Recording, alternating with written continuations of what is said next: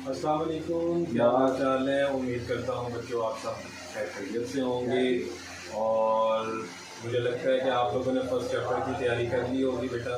जैसे कि आप सब जानते हैं हम सी का चैप्टर नंबर 1 यानी कि सेकंड ईयर की बुक का चैप्टर नंबर 8 बेटा पहले से पढ़ चुके हैं। उसके लिए बेटा मैंने आपको कुछ प्रैक्टिस इंपॉर्टेंट क्वेश्चंस भी बताए थे, वो भी आप लोग उसकी प्रैक्टिस भी कर चुके होंगे।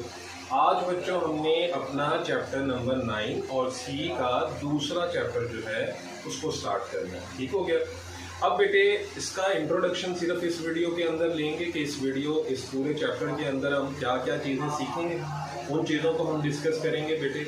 और इसके अलावा इस चैप्टर के अंदर से इम्पोर्टेंट शॉर्ट क्वेश्चंस बहुत ज़्यादा आते हैं, उनके लिए भी हम देखेंगे कि जी वो कौन कौन से हैं जिनको हमने ज़्यादा प्रैक्टिस से करना है। तो आइए बढ़ते हैं बेटा हम इस चैप्टर के इंट्रोडक्शन पे। चैप्टर का नाम है जी हमारे पास एलिमेंट्स ऑफ सी के नाम से। ठीक हो गया। अब यहाँ पे बेटा आपको पहले ये समझना है कि ये एलिमेंट्स का मतलब क्या होता है। ठीक है, जैसे कि मेरे बच्चे मैं अगर आपसे कहूँ कि कोई भी चीज़ है, चाय के अंदर कौन कौन से एलिमेंट्स हैं जिनसे मिल के, जिन चीज़ों से मिल के आपकी एक चाय जो है वो बनती है। ठीक हो गया।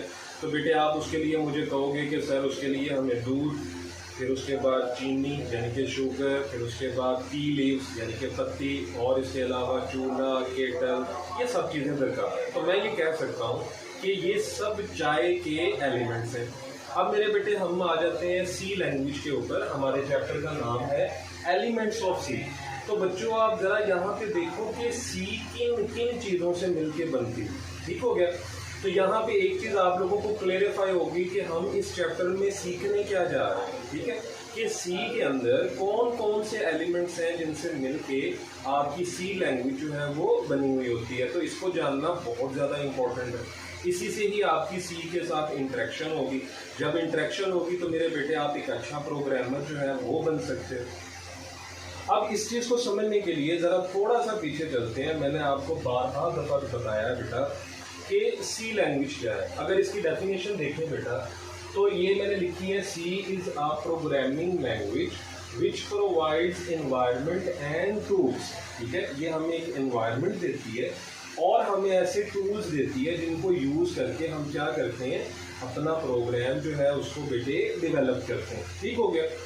ये तो थी सी लैंग्वेज की डेफिनेशन। अब ज़रा थोड़ा सा इससे भी पीछे चलते हैं कि जी हमने ये प्रोग्राम बनता कैसे है। A set of instructions given to computer to perform a specific task, यानी कि आपने कंप्यूटर को एक हिदायत का मजमूआ देना है, इंस्ट्रक्शंस देनी है set by set, step by step, one by one करके। और वो जब सारे स्टेप्स या इंस्ट्रक्शंस इकट्ठी हो जाएंगी तो वो एक काम को परफॉर्म करेंगी जिसको बेटे हम क्या कहते हैं, प्रोग्राम कहते हैं। अब यहाँ पे ज़रा रुको, इस बात को समझो कि हमारा सॉफ्टवेयर बन रहा है अपने कंप्यूटर को इंस्ट्रक्शंस देने से। ठीक है, अब इंस्ट्रक्शंस मेरे बेटे किसके ज़रिए दी जाती हैं।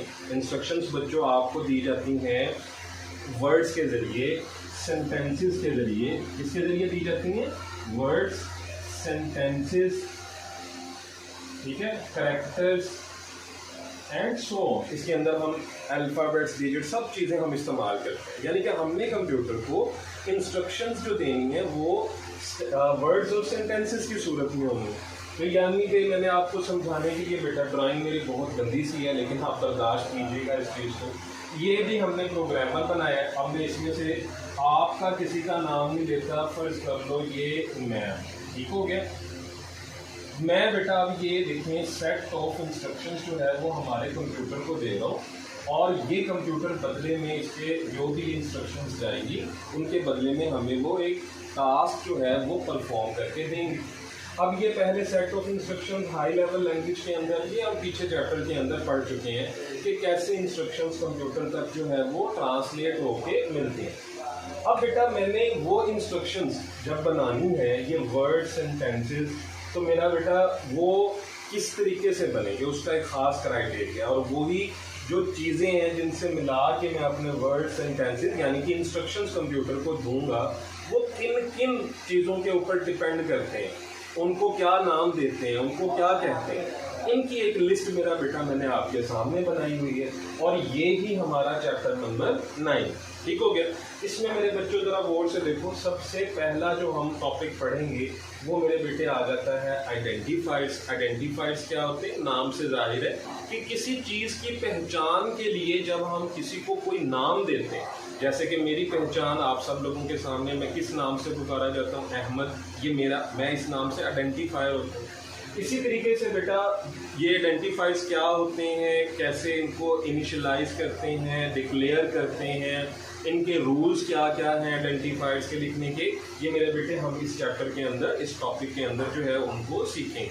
और कितने किस्म के आइडेंटिफायर्स होते हैं, यूज़र डिफाइंड आइडेंटिफायर्स क्या होते हैं, प्री डिफाइंड आइडेंटिफायर्स क्या होते हैं, इन सब चीज़ों के बारे में जानेंगे। कीवर्ड्स, अच्छा बच्चों क्या है कि जिस आदमी ने सी लैंग्वेज बनाई उसने कुछ वर्ड्स पहले से सी को सिखा दी, यानी कि हमें उनको सिर्फ रिकॉल करना होता है और वो ऑटोमेटिकली आके अपना काम जो है बेटा वो कर देते हैं। अब वो कौन कौन सी चीज़ें हैं, वो कौन कौन से वर्ड्स हैं जिनको सी ऑलरेडी जानती है, उनको कीवर्ड्स कहते हैं, इनके बारे में जानेंगे बेटा। फिर बेटे आ जाते हैं वेरिएबल्स। वेरिएबल्स क्या होते हैं? आपकी जो मेमोरी लोकेशन होती है उसका कोई ना कोई नाम रखा जाता है, उस नाम को बेटे हम क्या कहते हैं? वेरिएबल्स। इसमें दो क्वेश्चंस आपके बनेंगे, एक मेरे बेटे आता है डिक्लेरेशन और एक होता है डिफाइंस यानी कि डेफिनेशन। वेरिएबल्स की डेफिनेशन और डिक्लेरेशन में क्या फ़र्क होता है, इस टॉपिक में मेरे बेटे हम ये जानेंगे। और वेरिएबल्स की पहचान क्या होती है, मैथ्स में भी आप पढ़ते होंगे बच्चों कि ऐसी वैल्यूज़ जिनको चेंज नहीं किया जा सकता वो हमारे पास वेरिएबल्स, उल्टा बोल गया हूँ, ऐसी वैल्यूज़ जो कि प्रोग्राम की एग्जीक्यूशन के दौरान चेंज हो जाती हैं उनको मेरे बेटे हम क्या कहते हैं? वेरिएबल्स कहते हैं। और इसके ऑपोजिट बेटे हमारे पास क्या आता है? कॉन्स्टेंट्स आते हैं, ऐसी वैल्यूज़ जो कि चेंज नहीं होती। फिर बेटे कितनी टाइप्स के डेटा हमारे पास सी लैंग्वेज के अंदर हम कितनी टाइप्स का डेटा इस्तेमाल करते हैं? नॉर्मली तौर पे बेटा 3 है, जैसे कि इंटीजर, डेसिमल या रियल या फ्लोट, और थर्ड जो है बेटा वो करैक्टर है। इनकी पहचान क्या है ये भी हम सीखेंगे। फिर उसके बाद बेटा ऑपरेटर्स, सबसे इम्पोर्टेंट ऑपरेटर्स क्या हैं? ये ऐसे सिंबल्स हैं जो कि मेरे बेटे आपकी दो वैल्यूज़ को ऑपरेट करते हैं। ठीक हो गया। तो एक कौन कौन से ऑपरेटर्स हैं, कितने टाइप्स के ऑपरेटर्स हैं तो बेटे वो सब चीज़ें हम जानेंगे। और लास्ट में बेटा कुछ एक्स्ट्रा छोटी सी डेफिनेशन, कुछ और चीज़ें हमें सीखने को मिलेंगी जो कि बेटा हमारे पास टाइप कास्टिंग पे आती हैं, और ये वाला टॉपिक ही हमारे इस चैप्टर को एंड करता है। तो ये सब चीज़ें बेटे हम इस चैप्टर के अंदर सीखेंगे, कहीं मत जाइएगा, हमारे साथ बने रहिएगा। ये इस चैप्टर का इंट्रोडक्शन था। इंशाल्लाह ताला बेटा नेक्स्ट वीडियो में हम अपने इस फर्स्ट टॉपिक को क्लियरली एक्सप्लेन करेंगे, इसको समझेंगे, आइडेंटिफायर्स क्या होते हैं और मेरे बेटे इनका क्या क्या रोल है। अपनी दुआओं में हमेशा याद रखिएगा बेटा, अपना ढेर सारा ख्याल रखिएगा। अल्लाह हाफ़िज़।